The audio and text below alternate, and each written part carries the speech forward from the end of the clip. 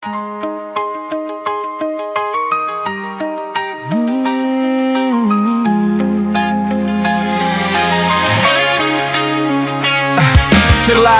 dari keluarga yang sederhana, begitu indah dalam hangatnya kasih dan sayang.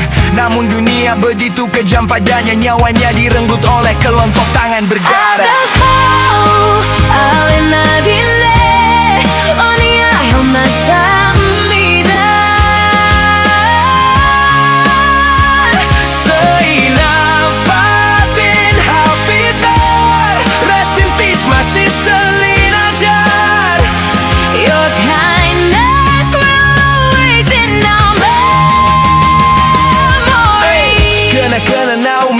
Molu iwi tuana sana na utue kekelana na umefadu molu iwi sapuna sana na panake hinyo Adas hau alina gide onia hamna samida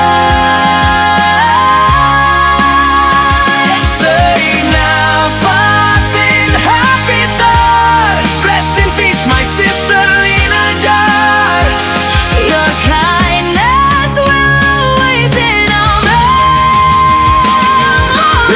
Jiwamu janganlah tertidur lelap, bangun dan tetap awasi mereka. Mereka yang telah merenggut nyawamu itu, hampiri dan tanya satu persatu.